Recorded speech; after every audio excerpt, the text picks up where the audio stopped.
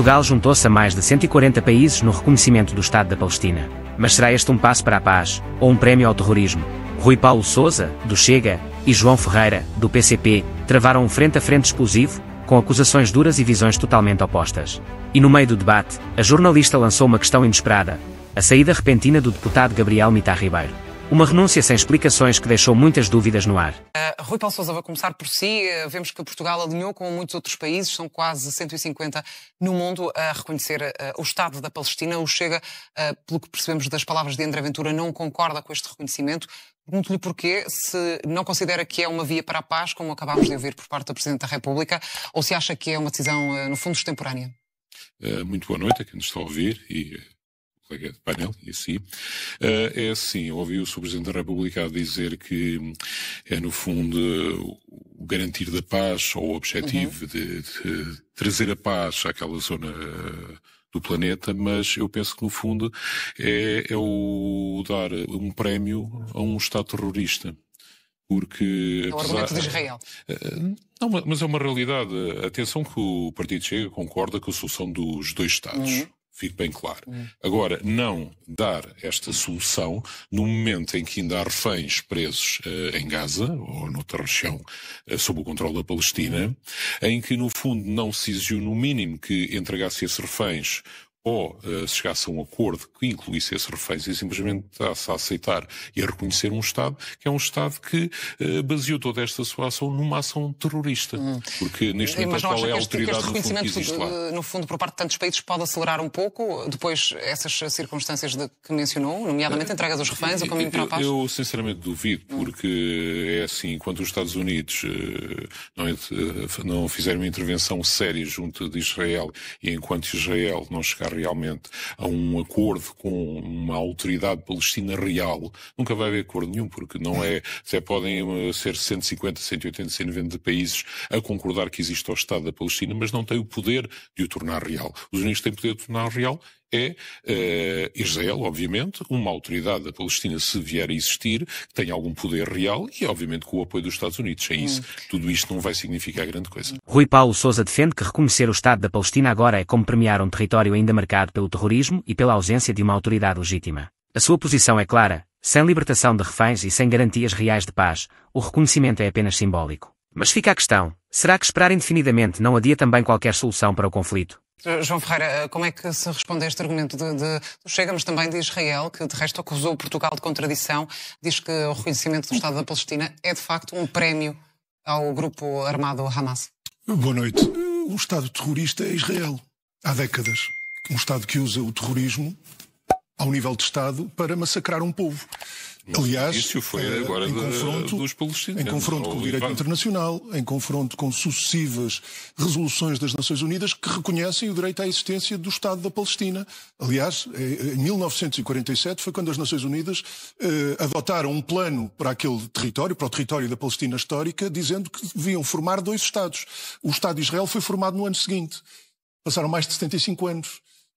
Em 1988 é feita a Declaração de Independência da Palestina. Hoje, como a Eduarda referiu muito bem, há uma ampla maioria de Estados nas Nações Unidas que já reconhecem a independência da Palestina. Nesse sentido, Portugal fazia parte de um grupo minoritário de Estados, do qual agora saiu, e só é pena que o tenha feito tardiamente. Não reconhece que seria necessário haver determinadas condições que de resto foram anunciadas pelo próprio Primeiro-Ministro português, bem como a entrega dos reféns e também a desmilitarização do Hamas? Essas condições que aparecem atreladas ao reconhecimento da independência do Estado da Palestina,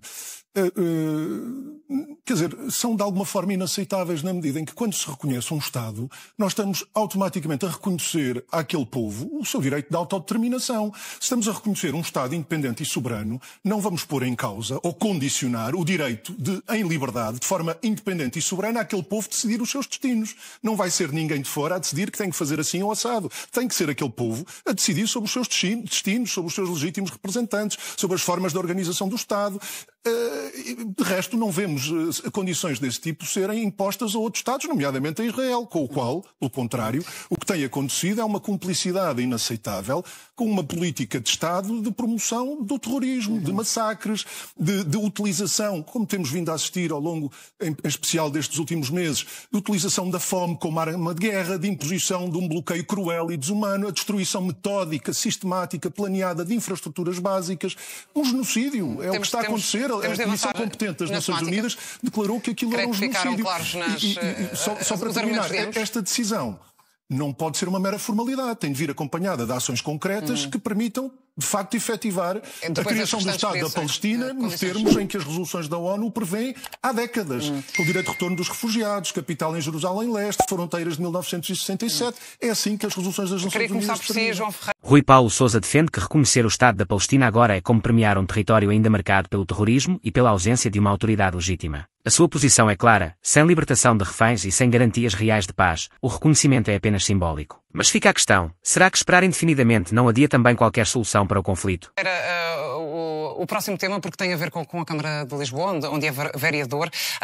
Ouvimos que Carlos Moedas, de facto, marcou para depois das eleições, para dia 13 de outubro, esta reunião que foi pedida por praticamente toda a oposição, a CDU incluída, uma reunião para falar sobre aquilo que são novas informações em torno do acidente com o elevador da Glória. Pergunto-lhe se vê aqui ou não alguma estratégia política por parte do autarca eu e recandidato. Vejo, acima de tudo, uma fuga às responsabilidades, que é criticável, e vejo, não encontro outra forma de o dizer, um desrespeito para com o órgão Câmara Municipal de Lisboa e para com a cidade, demonstrando, mais uma vez, que Carlos Moedas não está à altura do cargo que ocupa.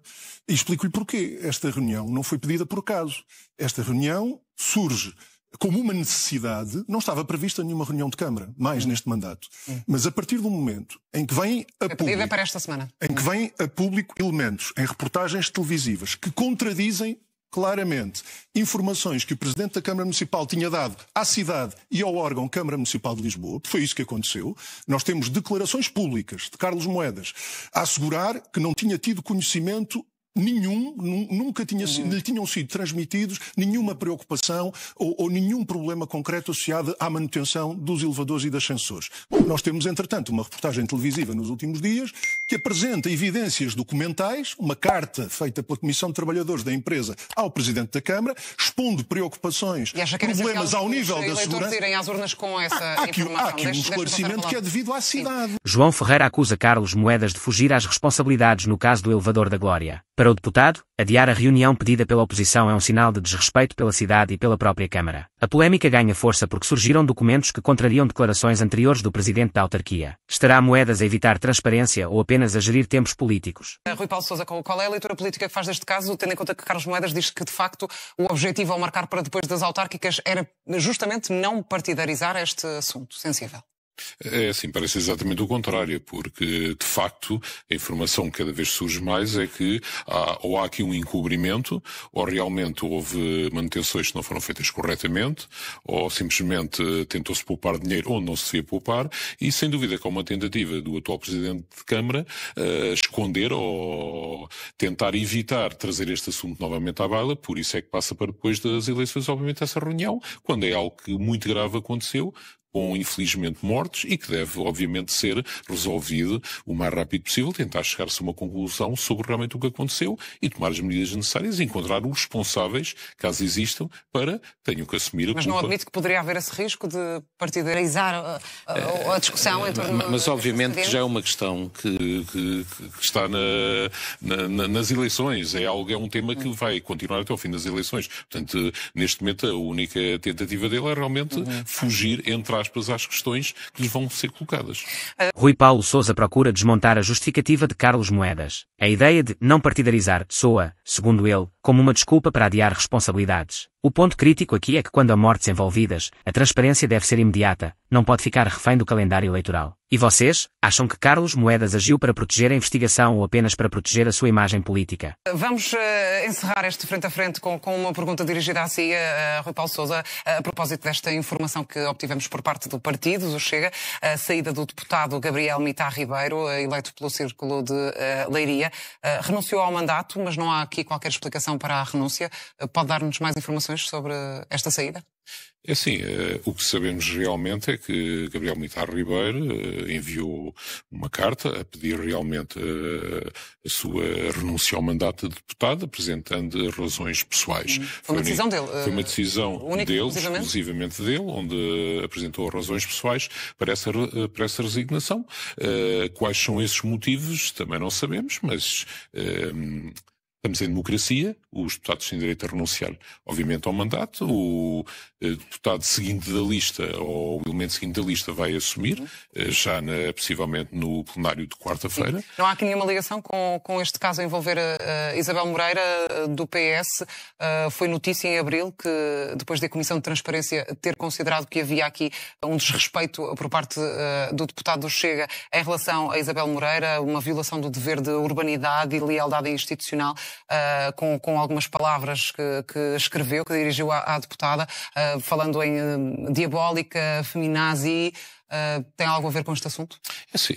Obviamente que só o deputado Gabriel Mitar Ribeiro é que poderá responder a isso, mas eu penso que não, acho que não tem sentido nenhum, porque houve vários casos desses que envolveram deputados da nossa bancada, como de outras bancadas. Isso é algo normal em democracia. Essas queixas vão parar à 15ª Comissão, que as analisa, e que não terminam porque apenas são pareceres que não têm qualquer efeito vinculativo ou possam provocar sequer a saída como deputado. Portanto, penso que não será por aí. Penso que é mesmo uma decisão pessoal do deputado.